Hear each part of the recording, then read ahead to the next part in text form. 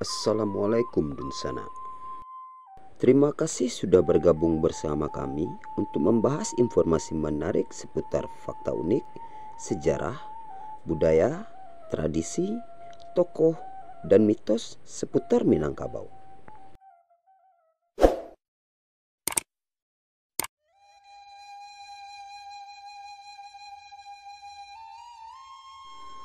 Minangkabau adalah masyarakat yang paling berbangga di dalam NKRI karena kerajaan pertama yang bangkit dalam NKRI merupakan kerajaan berdarah Minangkabau, yaitu Kerajaan Kandes yang eksis dan bersemi pada abad pertama sebelum Masehi, bertapak di daerah yang sekarang bernama Kuantan.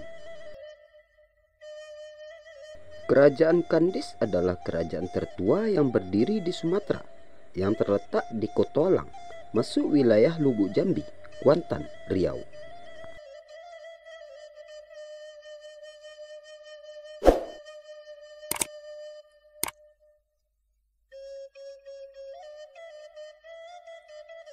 Kerajaan ini diperkirakan berdiri pada 1 tahun sebelum Masehi, melebihi berdirinya Kerajaan Maloyu atau Damasraya di Sumatera Tengah. Dua tokoh yang sering disebut sebagai raja kerajaan ini adalah Patih dan Tumenggung. Maharaja Diraja, pendiri kerajaan ini, sesampainya di Bukit Bakau, membangun istana yang megah yang dinamakan Istana Damna. Putranya, Maharaja Diraja, bernama Darmaswara, bergelar Mangkuto Maharaja Diraja. Dan gelar lainnya adalah Datuk Rajo Tunggal, lebih akrab dipanggil. Datuk Rajo Tunggal memiliki senjata kebesaran yaitu keris berhulu kepala burung Garuda yang sampai saat ini masih dipegang oleh Daniel, gelar Datuk Mangkuto Maharajo Dirajo. Datuk Rajo Tunggal menikah dengan putri yang bernama Bunda Pertiwi. Bunda Pertiwi bersaudara dengan Bunda Darah Putih. Darah Putih yang tua dan Bunda Pertiwi yang bungsu. Setelah Maharaja Diraja wafat, Datuk Rajo Tunggal menjadi raja di Kerajaan Kandes. Bunda Darah Putih dipersunting oleh Datuk Bandaro Hitam. Lambang Kerajaan Kandes adalah sepasang bunga raya berwarna merah dan putih.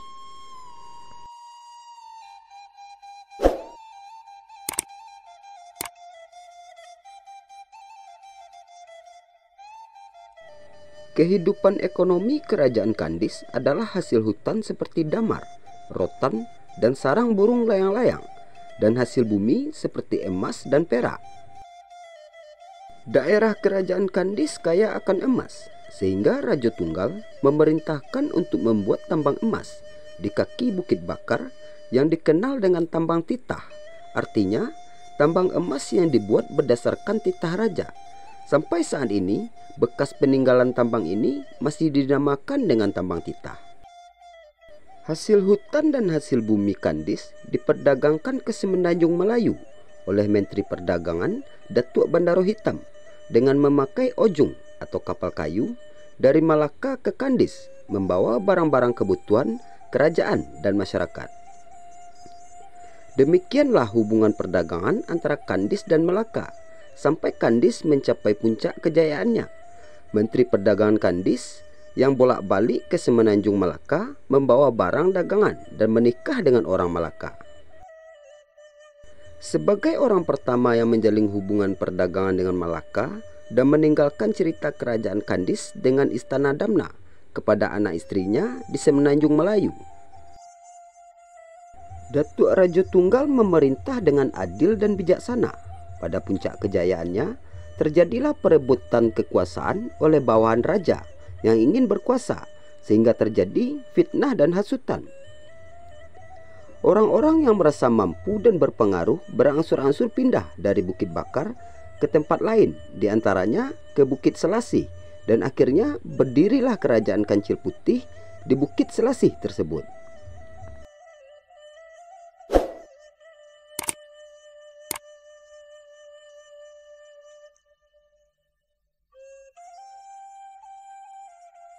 Air laut semakin surut sehingga daerah Kuantan makin banyak yang timbul.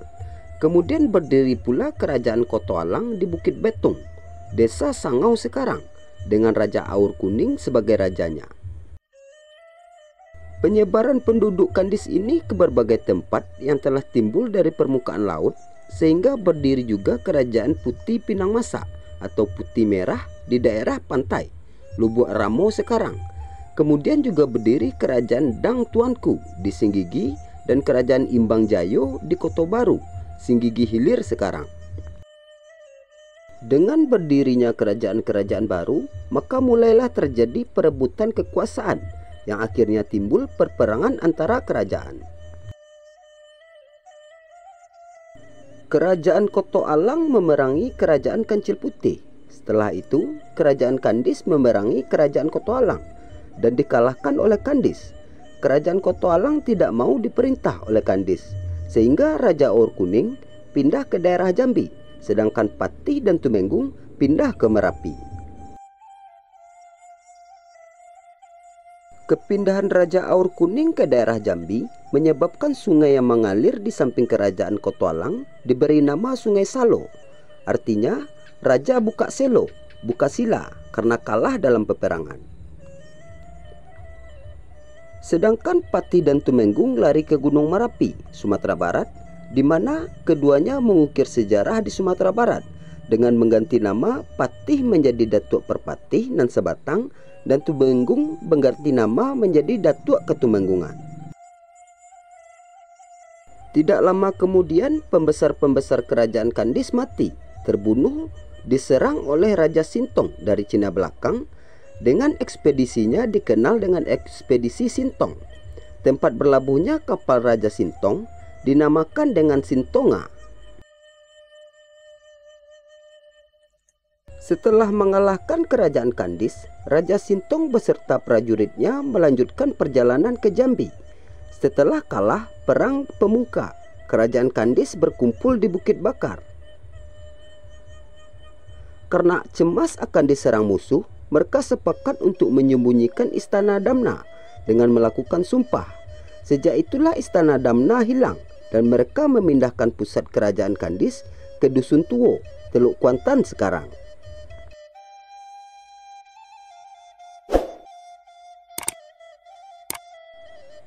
Dari cerita sejarah tersebut mengisahkan kerajaan Kandis yang berdiri di Sumatera Tengah, tepatnya di Kuantan, Riau sekarang, pada abad pertama sebelum Masehi.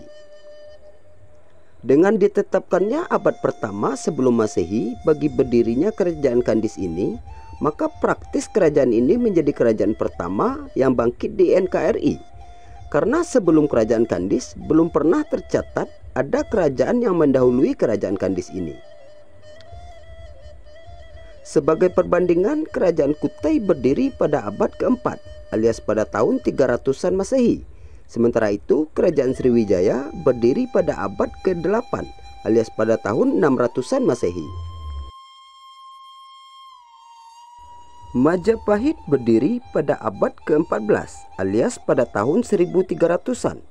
Kerajaan Singosari berdiri pada abad ke-13 alias pada tahun 1200-an. Kerajaan Salaka Negara berdiri di Tanah Sunda pada tahun 130 Masehi. Jadi, kerajaan Kandis adalah 400 tahun lebih awal dari kerajaan Kutai di Kalimantan. Perlu dikemukakan di sini bahwa sebenarnya kerajaan ini lebih tepat dikatakan sebagai kerajaan Riau, bukan kerajaan Minangkabau, karena bertapak di Provinsi Riau sekarang. Kuantan adalah nama daerah di dalam Provinsi Riau. Namun mengapa kerajaan Kandis diperkatakan sebagai kerajaan Minangkabau? Ada beberapa alasannya.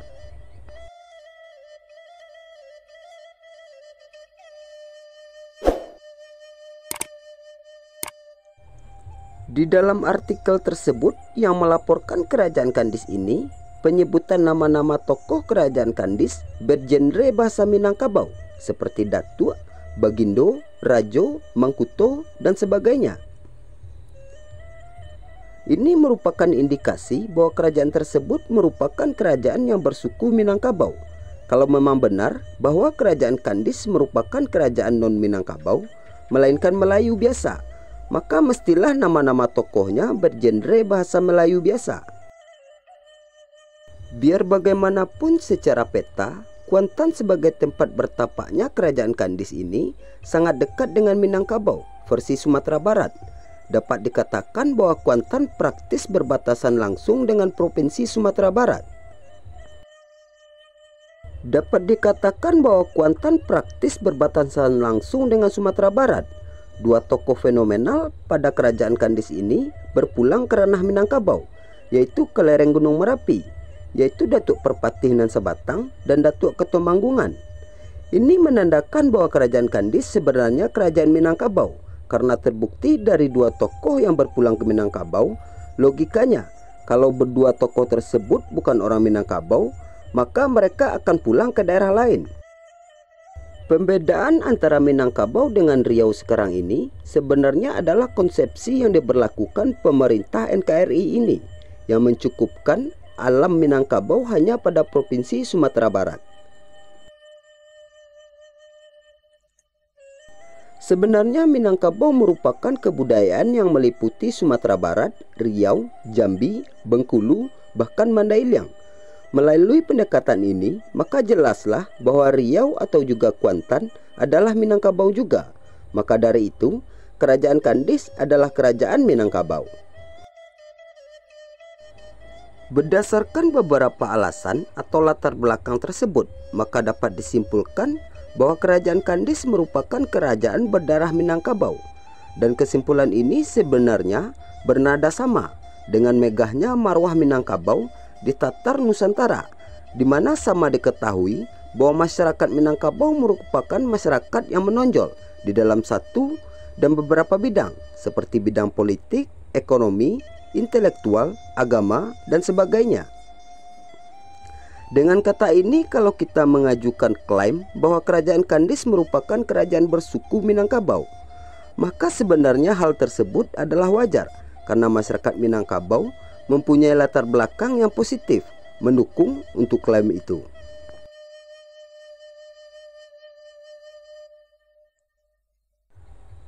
Pada akhirnya, sungguh masyarakat Minangkabau patut berbangga karena leluhur mereka pada abad pertama sebelum Masehi telah tampil ke muka untuk mendirikan kerajaan yang kelak menjadi kerajaan pertama di Nusantara. Ketika bumi dan tempat lain di Nusantara ini masih tertidur di dalam buayan alam semesta. Semoga paparan Minangel ini menjadi inspirasi bagi seluruh masyarakat Minangkabau untuk berkarya lebih giat lagi demi memajukan alam Nusantara yang permai ini. Amin.